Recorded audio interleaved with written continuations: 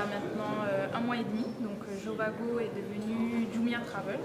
Donc on a expliqué ce matin que ce rebranding était vraiment une stratégie marketing qui consistait justement donc, à faire ce changement de nom et à nous permettre, donc la plus grande opportunité, c'est vraiment d'utiliser la marque la plus forte et la plus connue du groupe, qui est Jumia, et de nous permettre justement de pouvoir accroître notre notoriété via cette stratégie marketing-là. Alors nous avons parlé longuement donc, des perspectives et des actions que nous voulons mettre en place. Aujourd'hui, c'est vrai que j'ai expliqué que notre cœur de métier c'était l'hôtellerie, l'hébergement, et que dans quelques temps, donc très prochainement, nous serons à même de pouvoir proposer d'autres services parce qu'aujourd'hui, nous voulons être un acteur complet du voyage pour les voyageurs africains. En fait, aujourd'hui, on est une plateforme avant tout et donc il y a tout qui a été mis en œuvre. Donc c'est ce que Mohamed Diaby expliquait, c'est-à-dire qu'aujourd'hui le changement il est technologique pour nous et donc du coup qu'on a mis en place plein de procédures permettant aujourd'hui aux clients même qui cliquent sur jovago.com d'être redirigés sur le nouveau nom de la marque qui est travel.jumia.com. Également, je parlais donc d'un autre moyen de réservation qui est l'application. Donc aujourd'hui, tous ceux qui ont de toute façon déjà téléchargé cette application auront juste une mise à jour à faire qui leur permettra de continuer à utiliser de la même façon le service. Donc le service il est identique, il ne change pas. L'expérience client elle est pareille, donc il n'y a pas d'impact client à ce niveau. Là c'est une stratégie de groupe, là on est encore dans une stratégie qui est globale.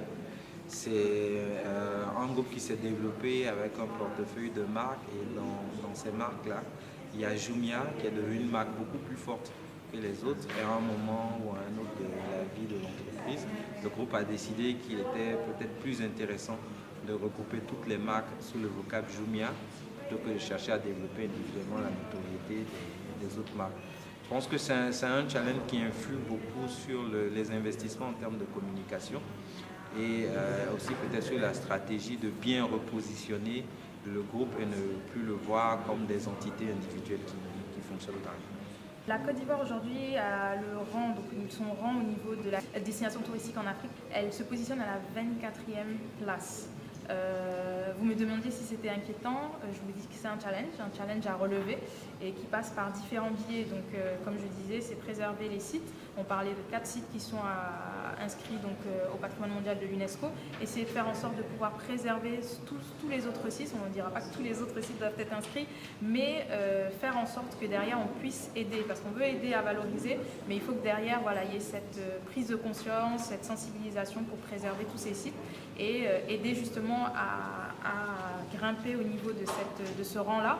Le deuxième point, je parlais des moments phares. Il y a les Jeux de la francophonie, donc les 8e Jeux de la francophonie qui se déroulent l'année prochaine.